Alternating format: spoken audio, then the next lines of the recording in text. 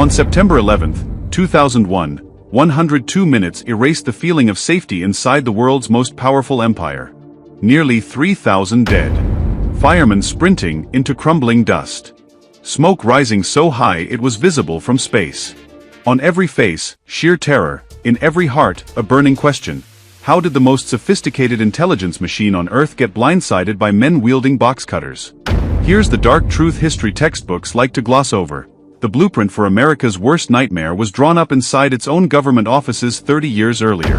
Long before al-Qaeda flew commercial airliners into skyscrapers, the United States handed them the cash, the training, and the ideology to do it. This isn't a conspiracy theory, it is one of the most fatal geopolitical backfires in human history. To understand 9/11, you don't start in New York. You start in Kabul, 1979. The Soviet Union had just invaded Afghanistan to support a struggling communist government. Washington was still reeling from its humiliating defeat in Vietnam. The CIA saw a golden opportunity for payback: give the Soviets their own Vietnam. Under a top-secret program called Operation Cyclone, the US government funneled hundreds of millions of dollars into Afghanistan. But they didn't send American troops. They weaponized religion. Working hand-in-hand with Pakistan's intelligence agency, the ISI, and Saudi Arabia's deep pockets, the CIA financed radical Islamic fighters known as the Mujahideen. We didn't just send them weapons, we sent them state-of-the-art shoulder-fired Stinger missiles, tactical communications, and military manuals. Washington painted these radical fighters as freedom fighters. President Ronald Reagan even dedicated the launch of the Space Shuttle Columbia to the people of Afghanistan, calling their fight the very spirit of freedom. Among the thousands of foreign fighters who answered the call to holy war was a tall, quiet, ultra-wealthy Saudi heir, Osama bin Laden. Bin Laden brought millions of his own family's fortune to Peshawar, constructing training camps, buying heavy machinery, and recruiting young men from across the Arab world. By the time the exhausted Soviet army packed up and retreated in 1989, bin Laden made a deadly realization. A superpower can be broken. He took his veteran fighters, built a global network, and named it al-Qaeda, the base.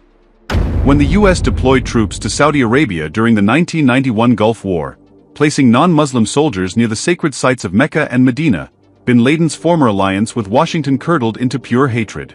In his mind, America was no longer a partner against communism, it was an imperialist occupier that had to be destroyed.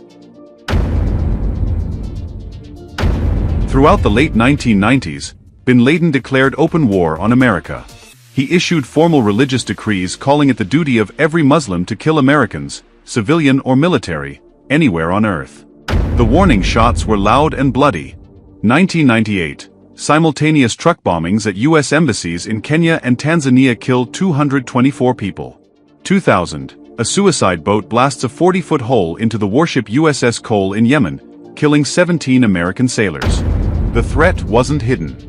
Bin Laden was broadcasting his intentions to international news cameras. Yet, inside Washington, intelligence agencies were locked in a disastrous bureaucratic rivalry. This is the most infuriating chapter of the 9/11 story. In January 2000, the CIA tracked two al-Qaeda operatives, Nawaf al-Hazmi and Khalid al-Midhar, to a terrorist summit in Kuala Lumpur, Malaysia. The CIA knew these men were dangerous terrorists tied to bin Laden. They tracked them as they boarded a flight directly to Los Angeles. Did the CIA notify the FBI, the agency responsible for domestic security? No. Did they put them on the State Department watch lists? No. For over a year and a half, these two men lived openly in San Diego, took flight lessons, used their real names on official documents, and brought 17 other hijackers into position. The system failed, not because the information didn't exist, but because human hubris and institutional rivalry kept it locked in a safe.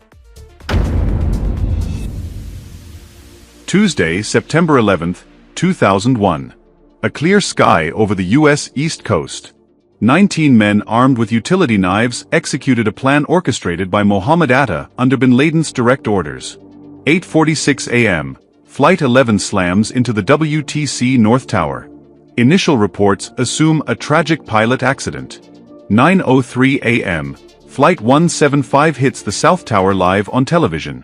Millions realize in real time, America is under attack. 9:37 a.m.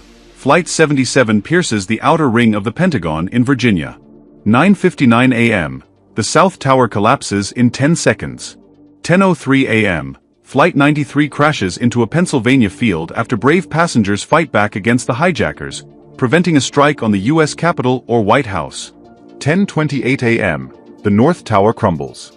In just 102 minutes, America's sense of invulnerability was pulverized into dust.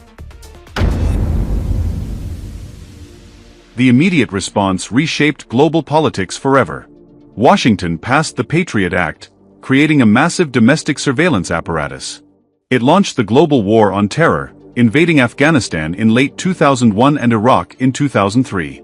It took 10 years, trillions of dollars, and hundreds of thousands of lives lost across the Middle East before a team of U.S. Navy SEALs finally tracked down Osama bin Laden in Abbottabad, Pakistan, on May 2, 2011. Bin Laden was dead, but the cycle was complete. The weapons, tactical training, and radicalization unleashed during the Cold War to fight an empire ended up consuming 2 decades of American lives, treasury, and domestic freedom. 9/11 was not just a tragedy, it was a devastating lesson in blowback. When you arm the dark forces of today to defeat your enemy of tomorrow, you often end up fighting your own creations in the end. What do you think was the biggest failure that led to 9/11? Was it the CIA-FBI intelligence gap or the original Cold War policy in Afghanistan? Drop your thoughts in the comments below. Don't forget to like, subscribe, and hit the bell icon to stay tuned for our next deep dive into history's hidden chapters.